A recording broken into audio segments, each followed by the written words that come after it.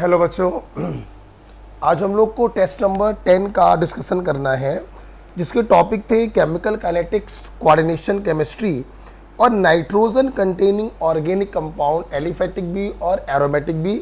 मतलब aliphatic amine, aromatic amine, nitrobenzene और diazonium salt, BDC. Right. Paper number 10 मैंने previous year के आए हुए क्वेश्चंस इन डिफरेंट एग्जाम्स, वो क्वेश्चंस भी मैंने रखे थे और ये पेपर बच्चों का बहुत अच्छा हुआ। मेजर स्टूडेंट ने 2 क्वेश्चन 3 क्वेश्चन ही मेरे से पूछे और मेरे पास जो टोटल क्वेश्चनों का कलेक्शन आया है जो मुझे बताने हैं, लगभग 15-16 सवाल मेरे को बताने हैं। तो ये पेपर बच्चों का बहुत अच्छा हुआ और मैं आपसे कहना चाहूंगा कि ऐसा ही पेपर, इवन इससे थोड़ा 19 मतलब हल्का पेपर आपको नीट के एग्जाम में मिलेगा। सेक्शन ए सेक्शन बी को लेके बिल्कुल परेशान मत हुइए। सेक्शन ए में 35 क्वेश्चंस हैं जो आपको सारे अटेम्प्ट करने हैं अगर आपको आते हैं तो, और सेक्शन बी में 15 क्वेश्चंस हैं जिसमें आपको 10 क्वेश्चन अटेम्प्ट करने हैं। अगर आपको 11, 12, 13 भी आते हैं तो भी आपको 10 ही अटेम्प्ट करने हैं। 5 क्वेश्चनों की वहां पर चॉइस है। तो आइए बिना समय बर्बाद किए हुए आपने जो क्वेश्चन पूछे हैं 1 बाय 1 बताना चालू करें। सबसे पहले आपने क्वेश्चन नंबर 2 पूछा है बच्चों। क्वेश्चन नंबर 2 केमिकल काइनेटिक्स का क्वेश्चन है। इसमें आपके सामने एक रिएक्शन लिखी हुई है और माइनस का डीए बाई डी टी। देखिए बेटा, ये पढ़ाने से पहले मैं आपको एक बात बताना चाहता हूं। रिएक्टेंट है और ये प्रोडक्ट में बदल रहा है। रिएक्टेंट का कॉफिशिएंट मान लीजिए ए है और प्रोडक्ट का कॉफिशिएंट मान लीजिए बी है। तो यहां पे अगर मैं बात करूं, या मेरी बात सुनिएगा बच्चों, चेंज इन कंसंट्रेशन पर unit change in time is called. मैं आपको 2-3 बातें बताना चाहता हूं, वो 2-3 बातें आप आराम से देख लीजिए। चेंज इन कंसंट्रेशन पर unit change in time is called rate of disappearance of reactant or rate of formation of product।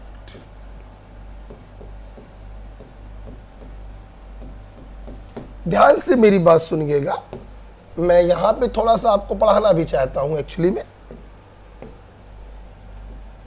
देखिए, अगर हम लोग, पहला पॉइंट मैं आपको बता रहा हूं, अब मैं अगर किसी रिएक्शन में रिएक्टेंट हो या प्रोडक्ट हो, उसकी चेंज इन कंसंट्रेशन और चेंज इन टाइम का रेशियो अगर निकालें तो वो कहलाता है रिएक्टेंट के रेस्पेक्ट में रेट ऑफ डिसअपीयरेंस, क्योंकि रिएक्टेंट खत्म हो रहा है, और प्रोडक्ट के रेस्पेक्ट में रेट ऑफ फॉर्मेशन, क्योंकि प्रोडक्ट बन रहा है।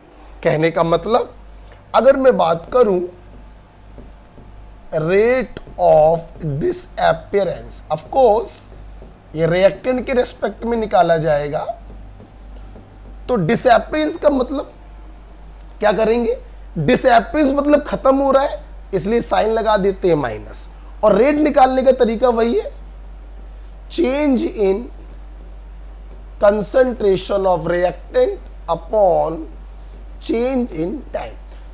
चेंज को अपन लोग डेल्टा से भी लिखते हैं अगर बड़ा चेंज हो रहा है, और चेंज को हम लोग स्मॉल डी से भी लिखते हैं अगर छोटा चेंज हो रहा है तो। राइट। तो rate of disappearance is equal to change in concentration of reactant per unit change in time. Minus sign ये बता रहा है कि रिएक्टेंट लगातार कम हो रहा है। Right. Similarly rate of formation की अगर बात करें तो ये प्रोडक्ट के रेस्पेक्ट में निकाला जाएगा। फॉर्मेशन का मतलब प्रोडक्ट की कंसंट्रेशन बढ़ेगी तो साइन लगा देंगे प्लस, और रेट निकालने का तरीका वही है, change in concentration of product पर unit change in time. Okay बच्चों, तो एक पॉइंट तो मैंने आपको ये बताया। अच्छा, दूसरा पॉइंट मैं आपको बताना चाहूंगा about rate of reaction. Rate of reaction क्या होता है, ये दूसरा पॉइंट है, तो ध्यान रखिएगा। Rate of reaction is actually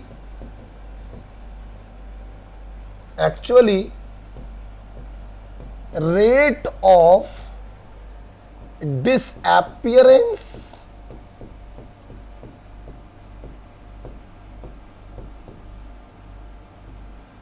rate of reaction is actually rate of disappearance or formation per unit mole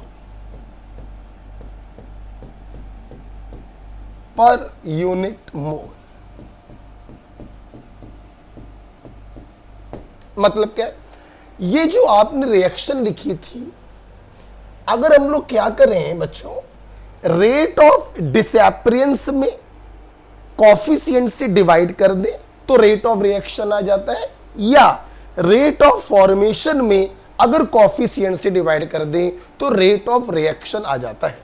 अर्थात इसके नीचे आप लिख लीजिएगा, मेरे पास जगह नहीं है, मैं ये वाला रब करना चाहूंगा इतना पॉइंट। जैसे मान लीजिए आपको इसके लिए रेट ऑफ रिएक्शन का एक्सप्रेशन लिखना था, तो आप क्या करेंगे, रिएक्टेंट के रेस्पेक्ट में आपने रेट ऑफ डिसएपीरेंस का एक्सप्रेशन लिखा और इसमें डिवाइड कर दीजिए इसके बैलेंसिंग कॉफिशिएंट से, तो ये निकल के आएगा rate of reaction. Similarly rate of reaction आप प्रोडक्ट के रेस्पेक्ट में भी निकाल सकते हैं, that is rate of formation of product, rate of formation of product divided by balancing coefficient, right. तो ये देखिए, यहां से बच्चों आपको ये सीखने को भी एक पॉइंट मिल गया कि अगर रिएक्टेंट और प्रोडक्ट को हमें इक्विलेट करना है, बराबर करना है, तो रेट ऑफ रिएक्शन के टर्म्स में बराबर किया जाता है। रेट ऑफ डिसएपीरेंस या रेट ऑफ फॉर्मेशन कभी भी सेम हो भी सकती है, नहीं भी हो सकती है, लेकिन रेट ऑफ रिएक्शन हमेशा सेम होता है।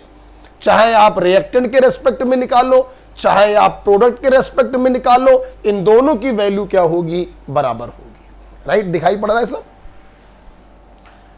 ओके बच्चों, तो मैं फिर से बोलना चाहूंगा, अगर चेंज इन कंसंट्रेशन पर यूनिट चेंज इन टाइम करते हैं तो रेट ऑफ डिसएपीरेंस या रेट ऑफ फॉर्मेशन आता है, और अगर इसमें बैलेंसिंग कॉफिशिएंट से डिवाइड कर दें तो ये रेट ऑफ रिएक्शन हो जाता है, जिनके मैग्नीट्यूड आपस में बराबर होते हैं, राइट।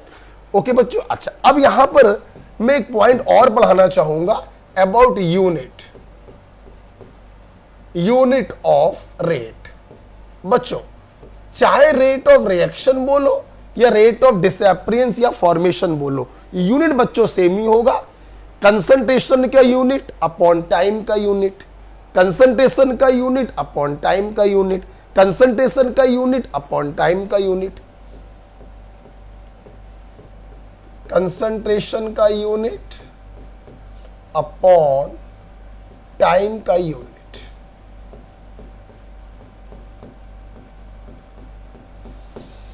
राइट बच्चों, तो आप कुछ भी लिख सकते हैं, जैसे कंसंट्रेशन का यूनिट मोलर लिख दीजिए, मोलर लिख दीजिए, अपॉन टाइम का यूनिट आप सेकंड लिख दीजिए या मिनट लिख दीजिए, बहुत सारे बना सकते हैं आप, मोलर पर मिनट लिख दीजिए, या और सुनना, कंसंट्रेशन का यूनिट मोलर भी लिख सकते हो, मोल पर लीटर भी लिख सकते हो, तो मोल पर लीटर और नीचे आ जाएगा सेकंड। ओके, आप इसको ऊपर ले जाके अगर लिखते हैं तो आप ऐसे लिख सकते हैं, mole litre inverse second inverse and so on.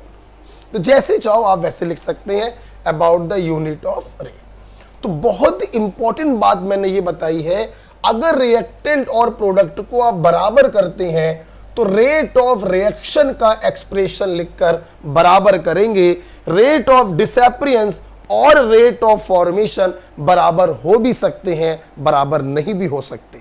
इसलिए जब कभी किसी रिएक्शन में रिएक्टेंट या प्रोडक्ट को या दो लोगों को बराबर करना होता है तो रेट ऑफ रिएक्शन का एक्सप्रेशन लिखकर बराबर किया जाता है। यह सबसे महत्वपूर्ण बात है और यहीं पर मैंने यूनिट ऑफ रेट के बारे में आपको बताया।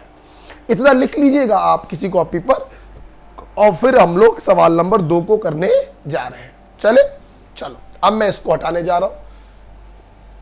देखिए क्वेश्चन नंबर 2 क्या है। एक रिएक्शन आपको दी गई है 2A + B बराबर C + D। अच्छा भाई, माइनस का dA/dt आपको दिया गया है KA²B। जितने भी बच्चे ये लेक्चर देख रहे हैं वो सबसे पहले बताएं ये आपको रेट ऑफ रिएक्शन दिया गया है या रेट ऑफ डिसअपीयरेंस ऑफ ए दिया गया है। तो of course simple change in concentration upon change in time है, तो ये रेट ऑफ डिसअपीयरेंस ऑफ ए को डिनोट कर रहा है। और आपसे पूछा जा रहा है rate of disappearance of B. मैंने अभी अभी आपसे बताया था किन्हीं भी दो लोगों को अगर आप बराबर करते हैं तो रेट ऑफ रिएक्शन का एक्सप्रेशन लिखकर बराबर करेंगे। तो आइए इस सवाल को सॉल्व करें। रेट ऑफ रिएक्शन का हम एक्सप्रेशन लिखेंगे।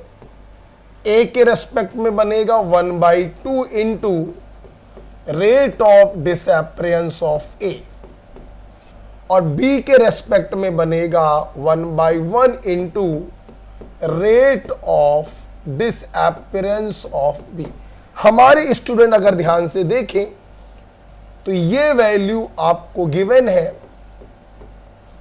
और ये वैल्यू आपसे पूछी जा रही है। तो ऑफ कोर्स माइनस का dB/dt बराबर आ गया 1/2 इंटू और माइनस का dA/dt आपको दिया गया है KA² इंटू बी। सो कौन सा आंसर हुआ? 4th is the right answer. 1/2 KA² into B. Right.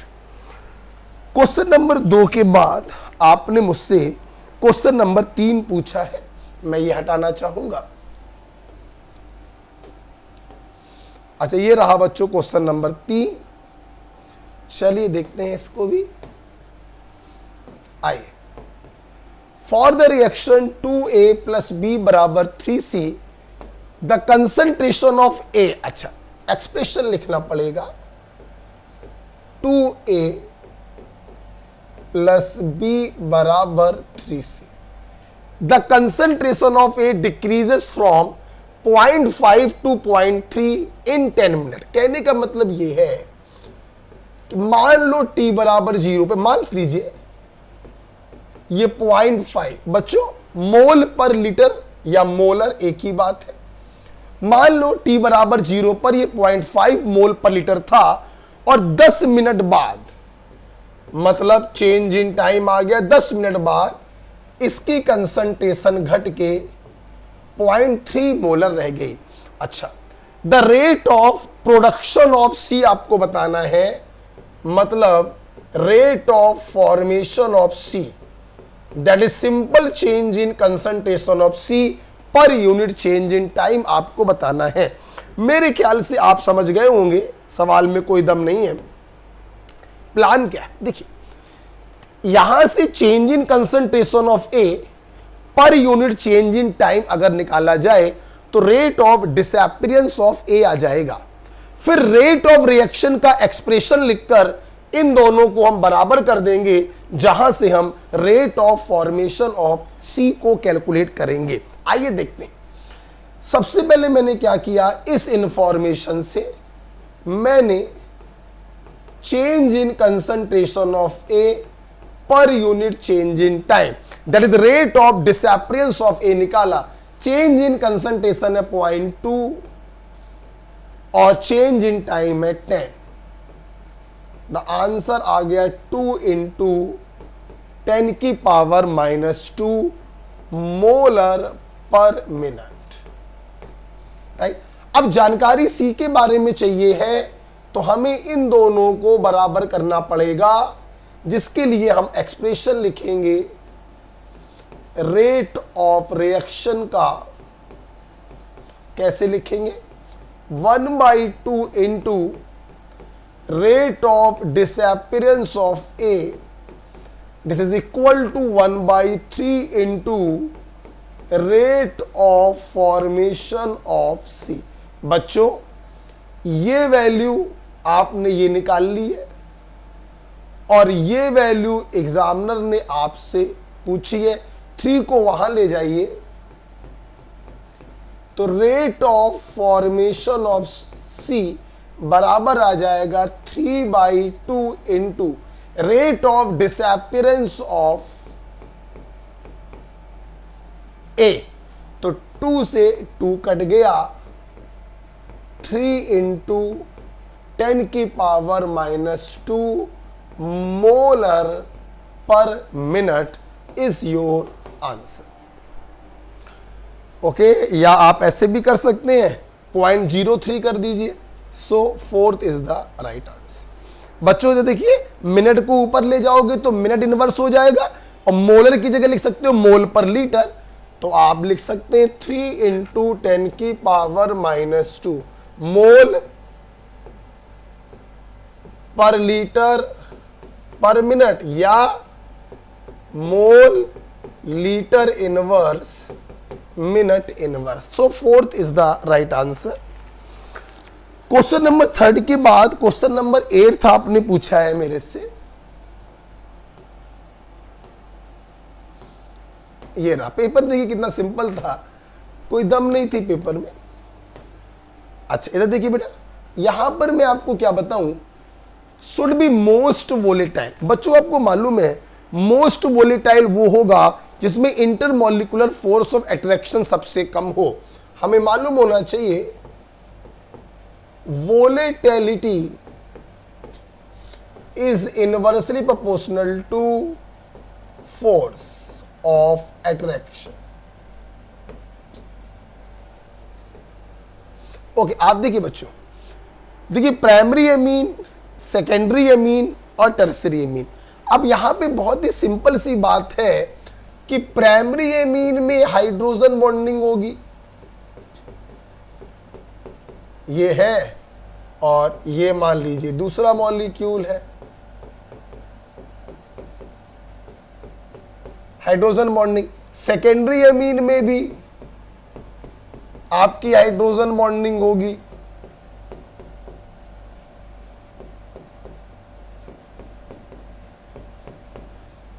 ठीक है। अगर बात करें टर्सरी एमीन की, तो टर्सरी एमीन में हाइड्रोजन तो नहीं है, इसलिए यहां पर हाइड्रोजन बॉन्डिंग की पॉसिबिलिटी तो नहीं होगी। लेकिन ये भी एक पोलर मॉलिक्यूल है और ये भी एक पोलर मॉलिक्यूल है, तो यहां पे लगेगा डाइपोल डाइपोल इंटरेक्शन, जबकि यहां पर भी हाइड्रोजन बॉन्डिंग है और यहां पर भी हाइड्रोजन बॉन्डिंग है। ओके, जबकि देखिए ये जो प्रोपेन आपको दिया गया है, प्रोपेन एक नॉन पोलर मॉलिक्यूल है और नॉन पोलर मॉलिक्यूल में लगते हैं सबसे कमजोर force week wonder wall force. तो सबसे कमजोर फोर्स लग रहा है 4th में, फोर्स होगा सबसे कम, वोलेटिलिटी होगी सबसे ज्यादा। आंसर क्या होगा? 4। ओके, अगर मैं वोलेटिलिटी का आपसे ऑर्डर पूछता तो ऑफ कोर्स 4th की वोलेटिलिटी सबसे ज्यादा होती, टर्सरी एमीन की उससे कम होती, सेकेंडरी एमीन की उससे कम होती और प्राइमरी एमीन की सबसे कम होती। तो वोलेटिलिटी सबसे ज्यादा होता 4th वाले का, उससे कम सेकंड वाले का, उससे कम थर्ड वाले का, और सबसे कम वोलेटिलिटी होगी फर्स्ट वाले की, क्योंकि वो प्राइमरी एमीन है, हाइड्रोजन बॉन्डिंग बहुत ज्यादा होगी। इसके बाद आपने क्वेश्चन नंबर 10 पूछा है, ये सामने, ये 10 आपके सामने ही दिया है। देखिए आपसे इन्होंने हाइब्रिडाइजेशन, शेप और मैग्नेटिक मूवमेंट पूछा है K2CuCN का होल 4। वेरी सिंपल, सब लोग देखेंगे। K2CuCN का होल 4। बच्चों आपको मालूम होगा यहां पे कॉपर का ऑक्सीडेशन नंबर +2 है and cyanide is a strong field ligand. मतलब ये पेयरिंग करवाएगा। क्या करवाएगा? पेयरिंग करवाएगा। अनपेयर्ड इलेक्ट्रॉनों की पेयरिंग करवाएगा स्ट्रॉन्ग फील्ड लिगेंड। देखिए बच्चों, कॉपर की अगर हम लोग बात करें, कॉपर होता है 4s1 3d10, right, valence shell configuration, क्योंकि कॉपर का एटॉमिक नंबर होता है 29। एक्सेप्शन वाला केस है, 4s2 3d9 आया होगा, फिर s का एक इलेक्ट्रॉन जंप मार के 3d में चला गया होगा। हमें बनाना है Cu+2 का। एक इलेक्ट्रॉन यहां से निकलेगा, एक इलेक्ट्रॉन वहां से निकलेगा, ये 0 हो जाएगा और ये 9 हो जाएगा।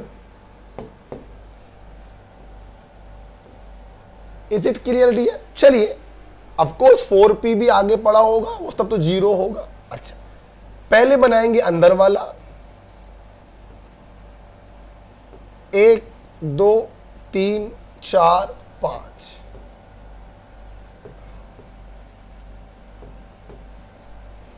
ये आपका 3d है, ये 4s है, ये 4p है।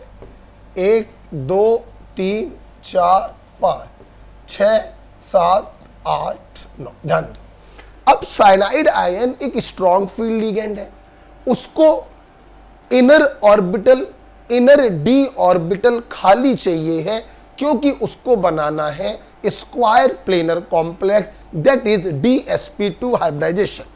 यहां पर ये अनपेयर्ड इलेक्ट्रॉन प्रॉब्लम क्रिएट कर रहा है, चूंकि ये एक स्ट्रॉन्ग फील्ड लिगेंड है, ऐसी लात मारता है इसको कि ये एक्साइड करके p ऑर्बिटल में चला जाता है।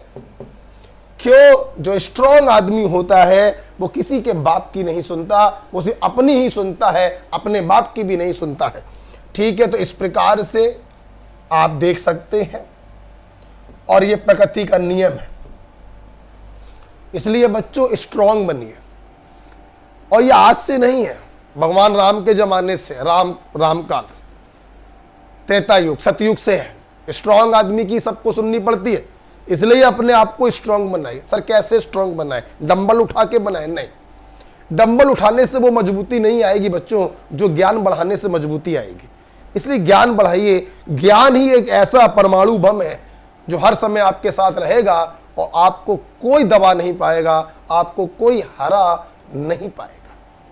ज्ञान बढ़ाइए। ज्ञान से ज्यादा शक्तिशाली बम, ज्ञान से ज्यादा शक्तिशाली शस्त्र किसी के पास नहीं।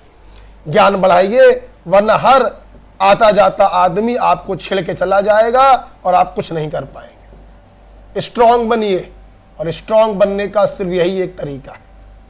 ये देखिए बच्चों, और ये देखिए साइनाइड को 4 एम्प्टी ऑर्बिटल्स मिल गए, तो हाइब्रिडाइजेशन बच्चों आ गया। DsP2 शेप हो गई स्क्वायर प्लेनर, अनपेयर्ड इलेक्ट्रॉन एक है, होगा पैरामैग्नेटिक। मैग्नेटिक मूवमेंट आएगा 1 पॉइंट कुछ, ट्रिक आपको मालूम होगी। तो आप बताइए कौन सा आंसर सही हुआ? DsP2 स्क्वायर प्लेनर आए, एक ही तो अनपेयर्ड है ना। DsP2 स्क्वायर प्लेनर 1.73 आएगा, कोई आंसर नहीं है बच्चों, गलती से लिख गया है, करेक्शन है बच्चों, ये आंसर सेकेंड ही होगा, और ये करेक्शन कर लीजिएगा, ये स्क्वायर प्लेनर होगा। ओके, तो DsP2 स्क्वायर प्लेनर और 1.73 बोहर मैग्नेटॉन, इसका मैग्नेटिक मूवमेंट होगा। इसमें करेक्शन है बच्चों। 10th के बाद बच्चा हम लोग आगे बढ़ रहे हैं। आपने सवाल पूछा है 14,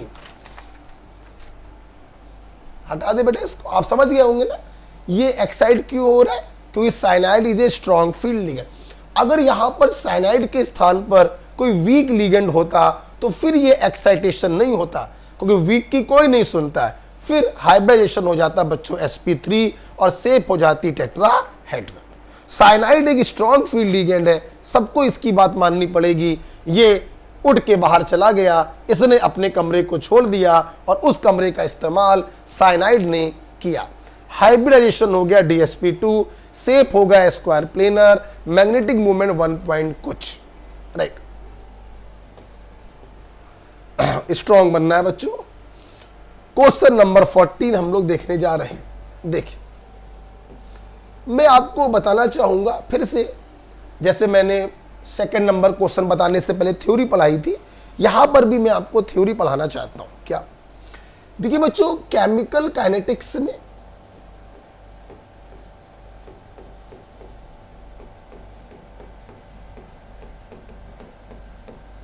केमिकल काइनेटिक्स वाले चैप्टर में कभी भी आपको इंफॉर्मेशन गिवन, रेट की इंफॉर्मेशन दी हो और कंसंट्रेशन की इंफॉर्मेशन दी हो, और बच्चों आपसे पूछा हो, चाहे बच्चों ऑर्डर ऑफ रिएक्शन पूछा हो या उन्होंने रेट लॉ एक्सप्रेशन आपसे पूछा, ये आस इंफॉर्मेशन क्या दी जाती है, रेट और कंसंट्रेशन में आपस में क्या बातचीत हो रही है वो बताया जाता है, और ऑर्डर ऑफ रिएक्शन या रेट लॉ एक्सप्रेशन आपसे पूछा जाता है। देखिए, अगर कभी ऐसा हो तो आप यहां पर क्या करेंगे, सबसे पहले हम लोग क्या करते हैं, यहां पर एक हाइपोथेटिकल रेट लॉ एक्सप्रेशन लिखते हैं। बोलो क्या लिखते हैं? एक हाइपोथेटिकल रेट लॉ एक्सप्रेशन लिखते हैं। बच्चों, रेट बराबर होता है K इंटू कंसंट्रेशन की पावर N।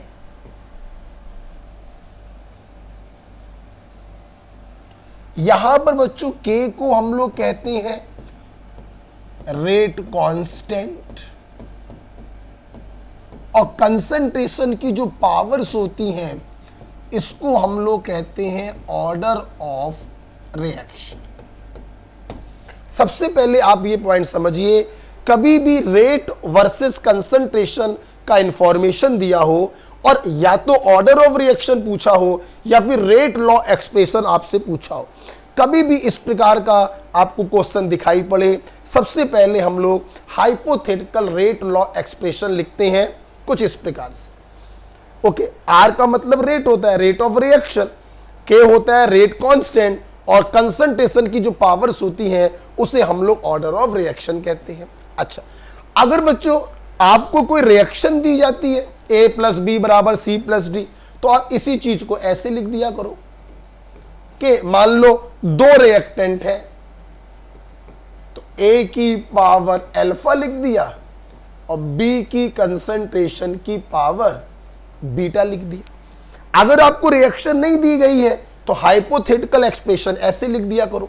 अगर रिएक्शन आपको दी गई है तो हाइपोथेटिकल एक्सप्रेशन ऐसे लिखा करो, A की कंसंट्रेशन की पावर अल्फा और B की कंसंट्रेशन की पावर बीटा। अब यहां पे अल्फा बीटा क्या है?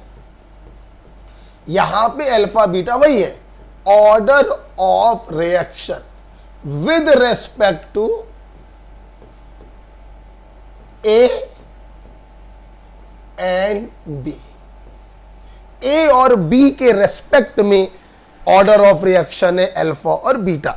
अगर हम लोग यहां पर बात करें ओवरऑल ऑर्डर क्या होगा, तो of course overall order n होता है, जो बराबर हो जाएगा अल्फा प्लस बीटा। राइट बेटा, तो मैंने आपको ये बात बताई। अब आइए इस इंफॉर्मेशन के आधार पर क्वेश्चन नंबर 14 आपने मुझसे पूछा था, वो मैं करने जा रहा हूं। मैं इसको हटाने जा रहा हूं, लिख लीजिएगा बच्चों। देखिए, क्वेश्चन ये दिया गया है a plus B is equal to C. अच्छा, it is found that doubling the concentration of A rate increases 4 times. आप ये सेंटेंस पढ़ के इतना समझ चुके हैं कि यहां पे कंसंट्रेशन और रेट का इंफॉर्मेशन दिया जा रहा है और लास्ट में देखिए आपसे ओवरऑल ऑर्डर ऑफ रिएक्शन पूछा जा रहा। तो सबसे पहले एक काम आप क्या करिए, चूंकि रिएक्शन आपको दी गई है, आपने हाइपोथेटिकल रेट लॉ एक्सप्रेशन बनाया ए की पावर अल्फा और बी की पावर बीटा। अब समझना, अगर ओवरऑल ऑर्डर आपको बताना है तो अल्फा और बीटा की वैल्यू आपको पता करनी पड़ेगी। उन दोनों वैल्यू को जोड़ दोगे तो ओवरऑल ऑर्डर एन की वैल्यू आ जाएगी। कुछ मत करिए बच्चों, जैसा क्वेश्चन बोलता जाए वैसा करते जाओ। जैसे केस नंबर 1, क्या जो क्वेश्चन बोले वो करो। Doubling the concentration of A rate increases 4 times, मतलब रेट हो गई है 4 गुनी। कब? जब तुमने ए की कंसंट्रेशन को डबल किया। बी की कोई इंफॉर्मेशन नहीं दी गई, मतलब बी को तुमने कांस्टेंट रखा होगा। आप ध्यान से अगर देखें 2 की पावर अल्फा को अगर बाहर ले आओ तो ये बचेगा के ए की पावर अल्फा बी की पावर बीटा, जिसकी जगह पर आप आर लिख देंगे। आर से आर कैंसल हो गया। 4 को लिख सकते हो 2 की पावर 2 बराबर 2 की पावर अल्फा, अल्फा की वैल्यू कितनी आ गई 2। बहुत ही सिंपल होता है, जैसा क्वेश्चन बोले वैसे कर दीजिए। दूसरी लाइन पढ़िए, doubling the concentration of B doubles the reaction rate. दूसरा सेंटेंस क्या कह रहा है? रेट डबल हो रही है। कब डबल हो रही है? जब ए को तो मैंने सेम रखा है लेकिन बी को मैंने डबल कर दिया। जैसा क्वेश्चन बोलता जाए वैसा करते जाओ।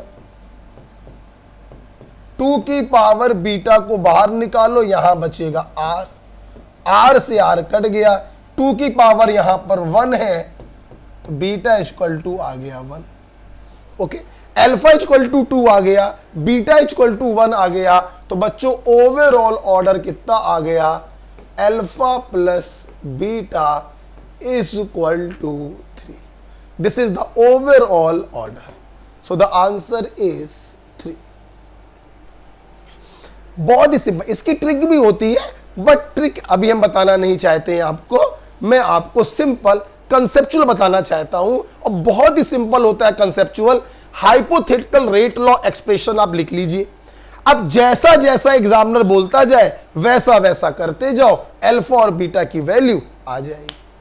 अगर इस क्वेश्चन में वो आपसे पूछते बताइए इस इंफॉर्मेशन के आधार पे बताइए इसका रेट लॉ एक्सप्रेशन क्या बनेगा, तो इसका रेट लॉ एक्सप्रेशन बन जाता कि ए की पावर अल्फा, अल्फा आ चुका था 2 और बी की पावर बीटा, बीटा आ चुका था 1। ये हो जाता इसका रेट लॉ एक्सप्रेशन। ये हो जाता इसका rate law expression. That's it. Overall order कितना हो गया? 2 और 1 3 हो गया। रेट लॉ एक्सप्रेशन क्या बन जाएगा? ये बन जाएगा। राइट बच्चों, 14 के बाद आपने हमसे क्वेश्चन नंबर 27 पूछा है। अब ये क्यों पूछा है भाई मुझे नहीं मालूम, तो टोटली फैक्ट है। 27 तो फैक्ट था बच्चों, और 28 पूछा है। हाँ 28 भी पूछा है। चलिए 27 28 दोनों पूछे। आइए बच्चों, electrolytic reduction of nitrobenzene in strongly acidic medium produces. बच्चों आपको मालूम होना चाहिए, ये याद करने वाला पॉइंट था 27। नाइट्रोबेंजीन की रिडक्शन मैंने आपको पढ़ाए थे, एक ट्रिक बताई थी बाप, याद है? पैरा एमिनोफिनॉल, एनिलीन और बेंजिडीन बना था। तो स्ट्रांगली एसिडिक मीडियम में पैरा एमिनोफिनॉल बनता है। So first is the right answer. मुझे नहीं मालूम भाई आपने ये क्यों पूछा। ओके, सिंपल क्वेश्चन था। ये सवाल पूछ के थोड़ा दुख हमको हुआ। नाइट्रोबेंजीन है, आप इलेक्ट्रोलिटिक रिडक्शन कर रहे हैं, इलेक्ट्रोलिटिक रिडक्शन कर रहे हैं इन स्ट्रांगली एसिडिक मीडियम,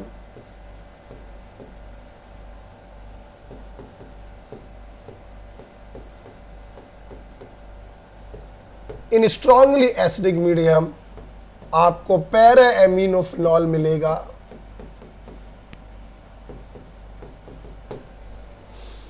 ओके, सो आइए चलते हैं क्वेश्चन नंबर 28 की तरफ। केमिकल काइनेटिक्स का क्वेश्चन है। In the first order reaction the concentration of reactant decreases from 800 mole per litre. बच्चों decimetre cube, 1 decimetre cube is equal to 1 litre, तो ये मोल पर लीटर इन फलाना सेकेंड। अच्छा, द रेट कांस्टेंट आपसे पूछा है, रेट कांस्टेंट के की वैल्यू आपसे पूछी। देखिए बच्चों, मैंने अभी आपको दो प्रकार के केमिकल काइनेटिक्स में क्वेश्चंस कराए। पहला क्वेश्चन कराया था rate of disappearance, rate of formation and rate of reaction क्या होता है, बराबर कैसे करते हैं, रेट ऑफ रिएक्शन लिखकर बराबर करते हैं, यूनिट क्या होती है कंसंट्रेशन की, यूनिट पर यूनिट टाइम। दूसरी चीज मैंने आपको पढ़ाई, कभी रेट और कंसंट्रेशन का इंटरेक्शन आपको दिया जाए और ऑर्डर ऑफ रिएक्शन या रेट लॉ एक्सप्रेशन आपसे पूछा जाए, पहले आप हाइपोथेटिकल रेट लॉ एक्सप्रेशन लिखेंगे, फिर जैसा क्वेश्चन बोलता जाए वैसा आप करते जाइए। दो बातें पढ़ा दी। अब मैं आपको पढ़ाने जा रहा हूं तीसरी बात। ऑर्डर ऑफ रिएक्शन की बिहाफ पर रिएक्शन कई प्रकार की होती है। Zero order reaction, first order reaction, second order reaction, third order reaction. यहां पे अगर मैं बात करूं फर्स्ट ऑर्डर रिएक्शन की, तो जरा देखिए, अगर हम लोग बात करते हैं फर्स्ट ऑर्डर रिएक्शन,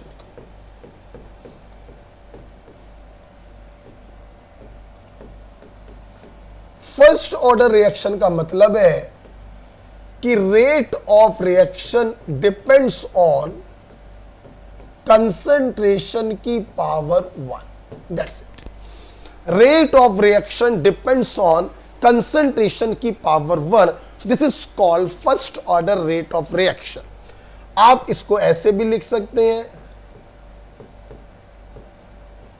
माइनस का डी बाई डी टी बराबर के ए की पावर 1, आप ऐसे भी लिख सकते हैं।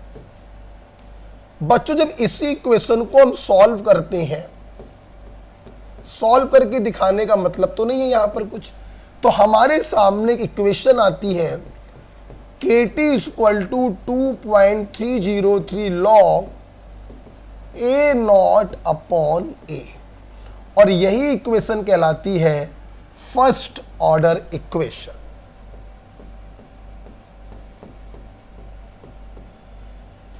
फर्स्ट ऑर्डर इक्वेशन के वही है रेट कांस्टेंट,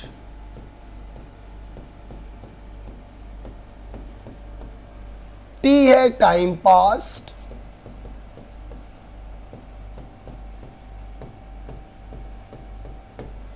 ए नॉट है इनिशियल कंसंट्रेशन ऑफ रिएक्टेंट, और ए है फाइनल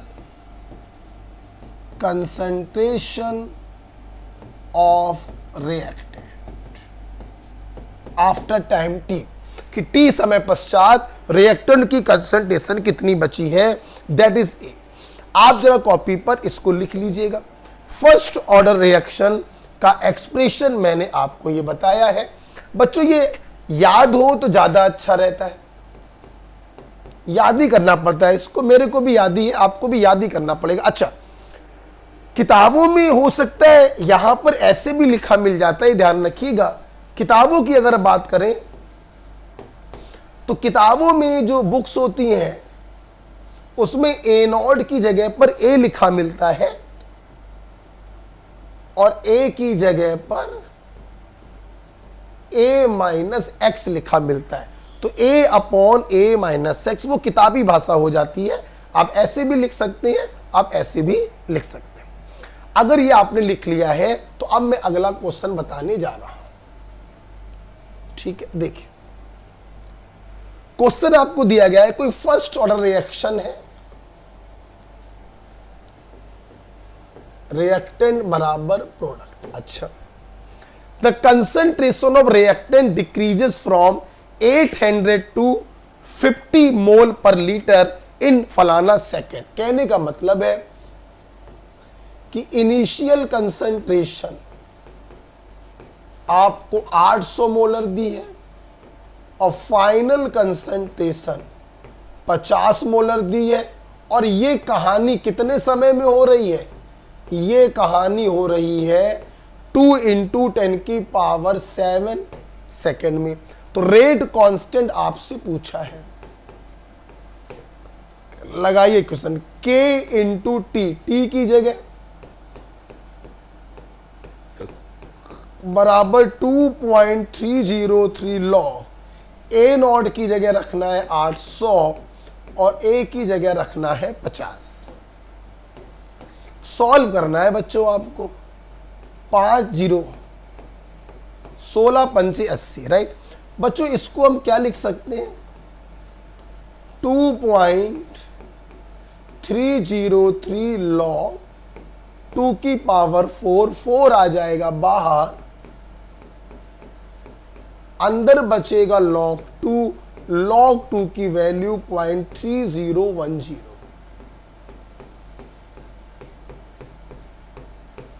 2 से आप काटेंगे 2 2 4, तो यहां से k की वैल्यू बच्चों आ जाएगी। आप इसको सॉल्व कर लीजिएगा।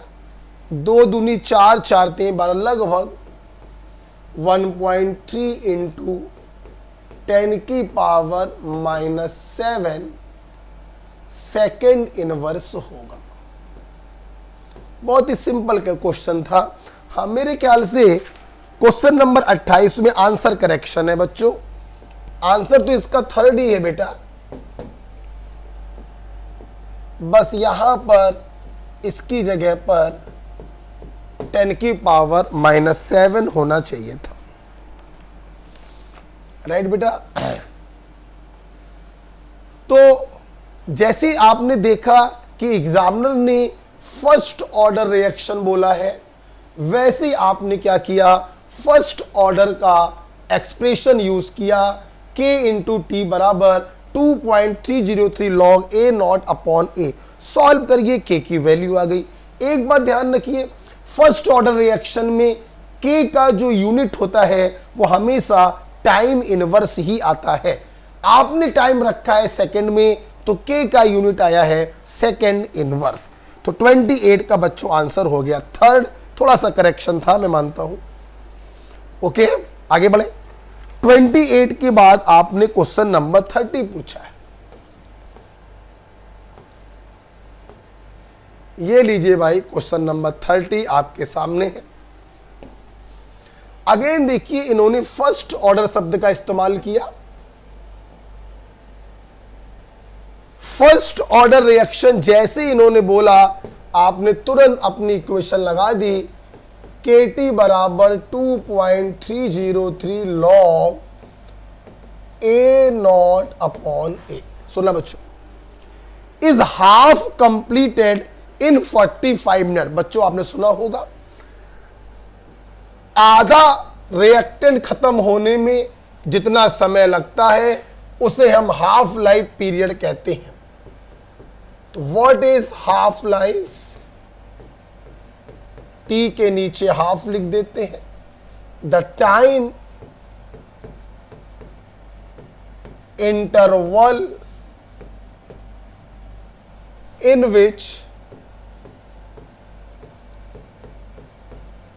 half of the reactant consumed या decay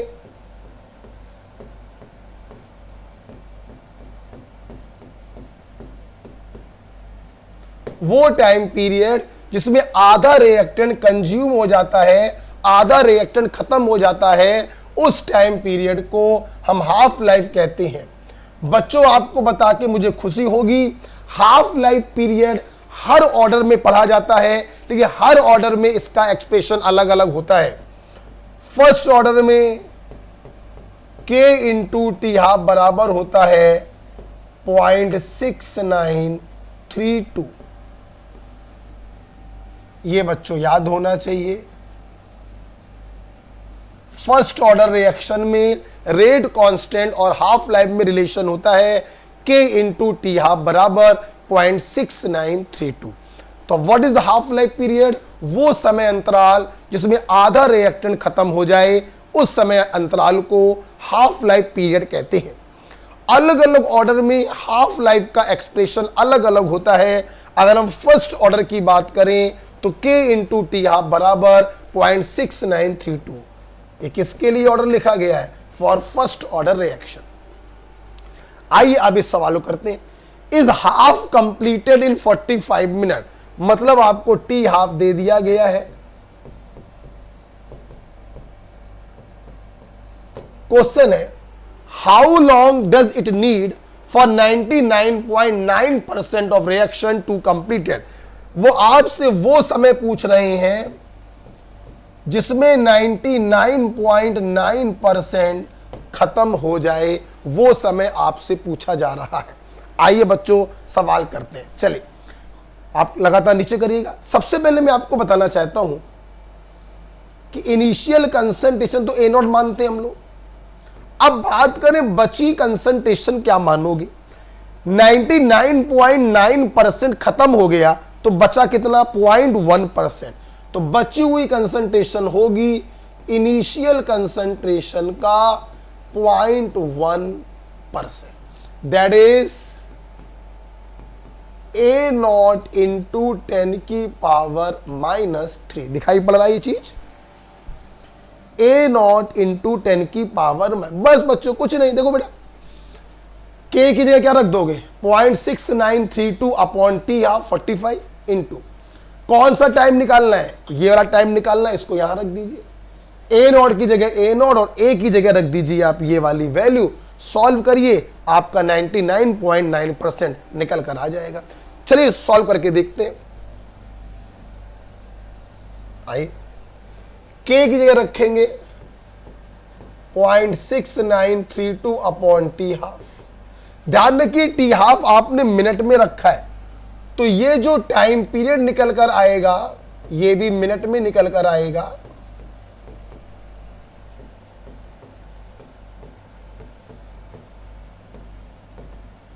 अपॉन A की जगह A नॉट इंटू 10 की पावर -3, ये कट गया।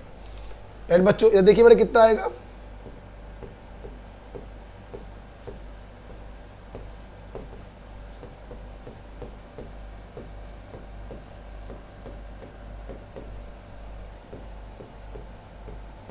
बच्चों 10 की पावर -3 ऊपर जाएगा, 10 की पावर 3 हो जाएगा, 3 आ जाएगा बाहर, और log 10 की वैल्यू होती है 1। तो यहां से देखिए T 99.9% कितना आ गया। अगर आप ध्यान से देखें तो आप जानते हैं बच्चों 45 तो वहां आ गया।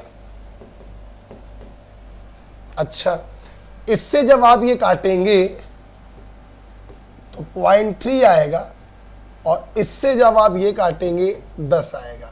तो सीधे मैं आंसर लिख रहा हूं 450 मिनट।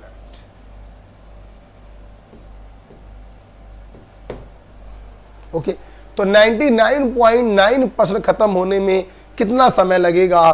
450 मिनट का समय लगेगा। राइट बेटा, तो कौन सा आंसर हुआ? अच्छा, आवर में दिया गया है, कोई बात नहीं। आवर को मिनट में बदलने के लिए 60 से मल्टीप्लाई करेंगे तो जिसमें भी 450 आ जाए। आप देखिए 7 दूनी 14 और 1 15, 15/2, 15 तिहाई 45।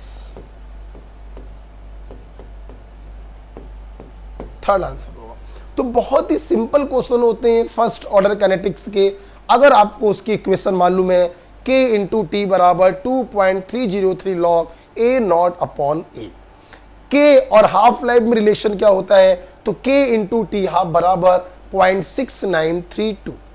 ए नॉट होता है इनिशियल कंसंट्रेशन और ए होता है फाइनल कंसंट्रेशन। अच्छा, अब इस क्वेश्चन का एक डायरेक्ट अगर मैं तरीका आपको बताऊं तो देखिए, for first order reaction, for first order reaction, time required for 50% completion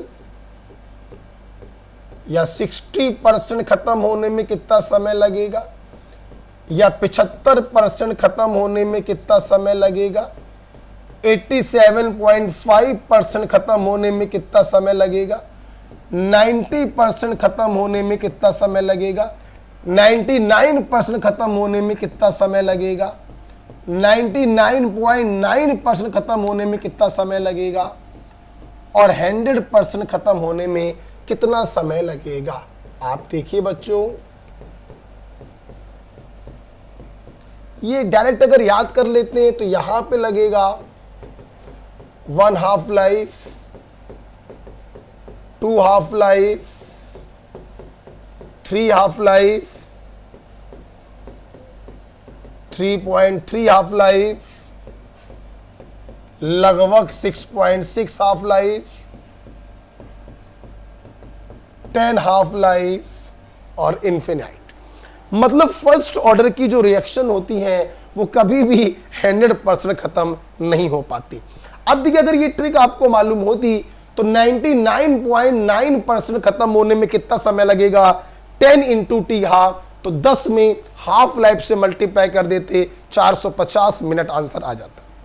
आप लोग देख रहे होंगे मैंने ये नहीं लिखा, ये मैंने जानबूझ के नहीं लिखा, ये आप लोगों के लिए है। आप निकाल के बताइएगा कि 60% खत्म होने में हाफ लाइफ के रेस्पेक्ट में कितना समय लगेगा, ये आपको मुझे बताना है, राइट। वैसे सॉल्व करिएगा, 60% खत्म हो गया तो बचा कितना, 40%, तो ए बराबर हो जाएगा ए नॉट का 40%।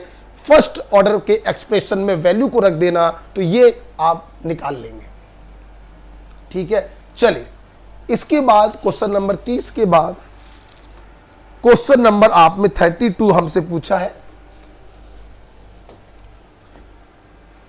32 आप जरा देखिए, ये भी लकली फर्स्ट ऑर्डर का ही क्वेश्चन आ गया है, फर्स्ट ऑर्डर का क्वेश्चन आ गया है। चलिए, the rate constant of first order reaction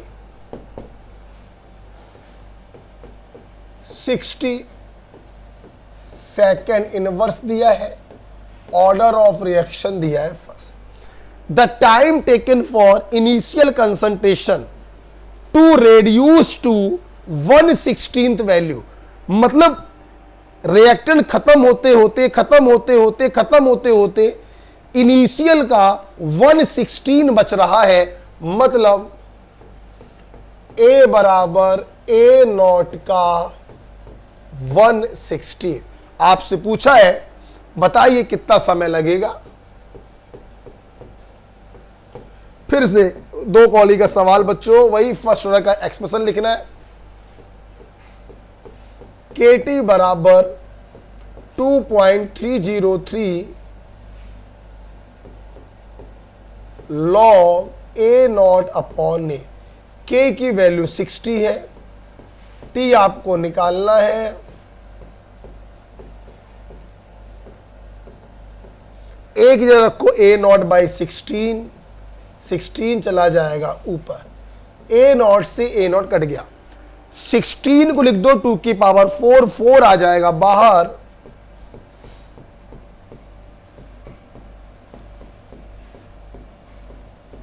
log 2 की वैल्यू होती है 0.3। सॉल्व कर लीजिए बच्चों, आंसर आ जाएगा।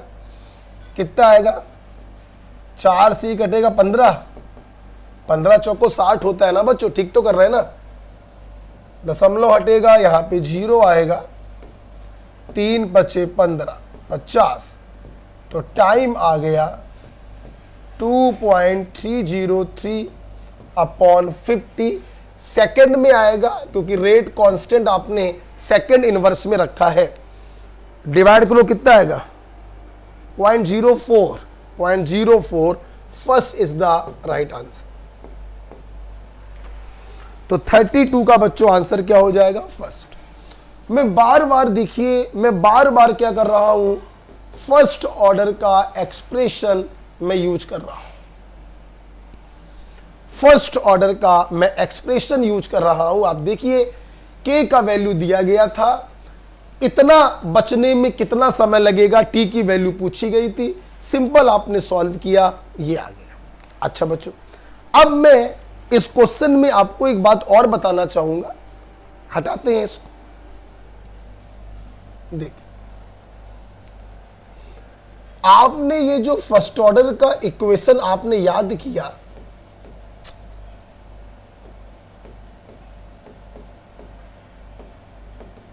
ये बच्चों इसका एक अल्टरनेट मेथड भी होता है।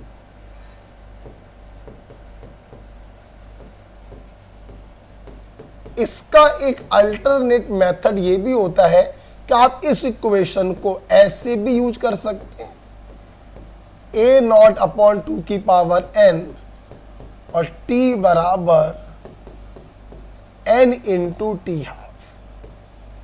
ध्यान रखिएगा, इस यहां पर रखा गया स्मॉल t और यहां पर रखा गया कैपिटल T, एक ही बात है। दूसरी बात, यहां पर जो ये n होता है, ये ऑर्डर ऑफ रिएक्शन नहीं होता है, यहां पर ये n होता है बच्चों नंबर ऑफ हाफ लाइफ। कितनी हाफ लाइफ पास हुई, एक हाफ लाइफ पास हुआ कि 2 हाफ लाइफ पास हुआ कि 3 हाफ लाइफ पास हुआ कि 50 हाफ लाइफ पास हुआ, तो यहां पर n बताता है नंबर ऑफ हाफ लाइफ। जैसे अब मैं इसी क्वेश्चन को अल्टरनेट मेथड से करने जा रहा हूं। क्या? The time taken for initial concentration to reduce to 1/16 value. तो ए की जगह क्या रख दिया आपने, ए नॉट का 1/16। तो कितनी हाफ लाइफ पास हुई, यहां से आपने निकाला n बराबर 4। n बराबर 4 को यहां रख दीजिए, तो टोटल टाइम आ जाएगा n into T half. T half की जगह आप क्या रखेंगे 0.6932 अपॉन के की वैल्यू कितनी थी 60। मैंने वही एक्सप्रेशन यूज कर लिया, के इंटू टी हाफ बराबर 0.6932, तो टी हाफ बराबर 0.6932 अपॉन के की वैल्यू दी गई है 60। बच्चों आप जिसको सॉल्व करोगे तो 0.04 वाला ही आंसर आएगा। तो आप वहां से भी कर सकते थे और इस अल्टरनेट मेथड से भी कर सकते थे। राइट आंसर बच्चों क्या आना था, फर्स्ट आना था, 32 का फर्स्ट। 32 के बाद आपने सवाल नंबर 41 हमसे पूछा, ये पूछना भी चाहिए था 41।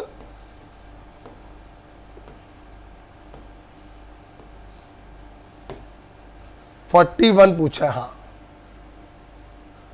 आइए बच्चों, ये रहा, पूछना भी चाहिए था आपको, क्योंकि पूरी क्लास को ये याद है कि व्हाट इज प्रूसियन ब्लू। आपको मालूम है प्रूसियन ब्लू क्या होता है,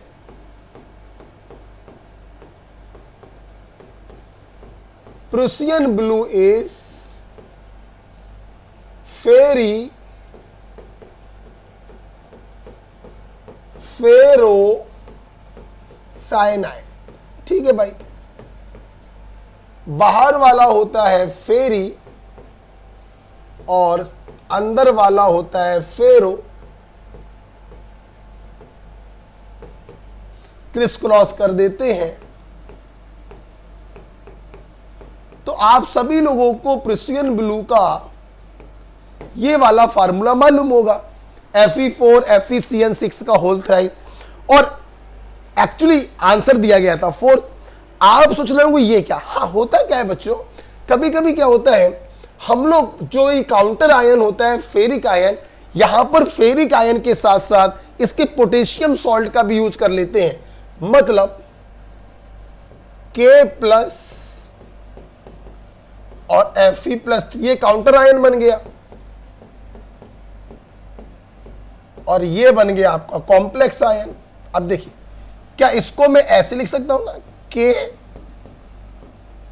Fe+3+1+4, इसमें तो कोई प्रॉब्लम नहीं है, -4 कट गया तो KFeFeCN का होल 6। बच्चों हम लोग ऐसे भी लिख देते हैं प्रूसियन ब्लू को, इसलिए सेकंड वाला भी सही है और थर्ड वाला तो सही था ही था, तो बच्चों इसका आंसर होगा 4th। ओके, तो what is Prussian blue? It is ferrocyanide. आप इसको पोटेशियम सॉल्ट के फॉर्म में भी लिख सकते हैं। ध्यान रखिए, ये +1 है, ये +1 है, ये +3 है, ये +2 है। राइट बच्चों, तो 41 का आंसर हो गया 4। 41 के बाद आपने 43 पूछा है। 43 में सिर्फ लैंग्वेज प्रॉब्लम थी आपको, 43 44 दोनों ही पूछे। चल, 43 में कुछ नहीं थी, बस लैंग्वेज प्रॉब्लम हो गई थी, लेकिन ऐसे ही क्वेश्चन आया हुआ है। Ammonolysis of benzyl chloride. Actually क्या था कि सबसे पहले इन्होंने ये जो बेंजाइल क्लोराइड है इसका रिएक्शन अमोनिया से कराया, अमोनोलिसिस हुआ और बेंजाइल एमीन बन गया। अब यूजुअली क्या होता है, ये जो प्राइमरी एमीन बनता है ये रिएक्टेंट एल्किल हैलाइड पर फर्दर अटैक करता है, लेकिन हमने क्या किया है, इसके ऊपर डाला है CH3Cl के 2 मोल। तो पहले मोल से HCl निकलेगा,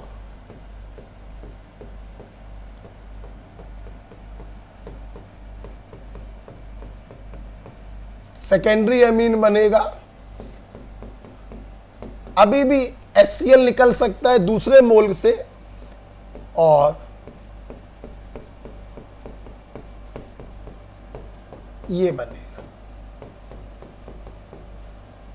टर्सरी एमीन बनेगा। राइट, तो यहां पर बेंजाइल क्लोराइड का अमोनोलिसिस हुआ और ये प्राइमरी एमीन बना। अब ये प्राइमरी एमीन क्या कर रहा है, मेथिल क्लोराइड के 2 मोल पे अटैक करेगा। तो पहले मोल पे अटैक करने पर आपको सेकेंडरी एमीन प्राप्त होगा और दूसरे मोल पे अटैक करने पर आपको टर्सरी एमीन प्राप्त होगा। बात करते हैं IUPAC की, तो ये देखिए आपके सब सब्स्टिट्यूएंट है, ये आपका फंक्शनल ग्रुप है, this is methenamine,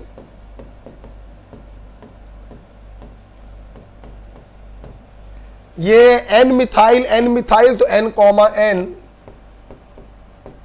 dimethyl phenyl methenamine, तो N, N dimethyl phenyl methenamine, third is the right answer.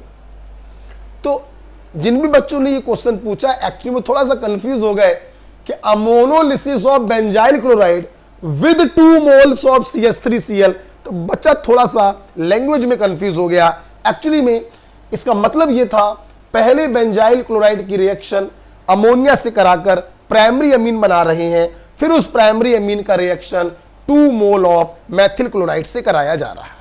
Right बच्चों, चल ऑफ कोर्स 44 में आंसर करेक्शन है बच्चों, आंसर करेक्शन है, आंसर करेक्शन है 44 में। पोटेशियम फेरोसाइनाइड K4FeCN6, जब आप इसको पानी में डालेंगे तो 4 आपको मिलेंगे पोटेशियम आयन और 1 आपको मिलेगा कॉम्प्लेक्स आयन। तो टोटल कितने मिलेंगे, 5 आयन मिलेंगे। अगर आपने 4th ऑप्शन टिक किया है तो आप अपने में 5 नंबर ऐड कर लीजिएगा। ओके, इस हिसाब से आपका टेस्ट नंबर 10 जो है वो खत्म होता है। ओके बच्चों, ओके, तो आई होप यहां से आपने केमिकल काइनेटिक्स के 3-4 प्रकार के क्वेश्चन भी हमसे देख। ओके चलो, ओके बेटा। और हाँ बेटा, ये जो पेपर होगा इस वीडियो के डिस्क्रिप्शन बॉक्स में जो लिंक है उसमें होगा, ठीक है, वहां से आप डाउनलोड कर सकते हो। ठीक, ओके बेटा, थैंक यू।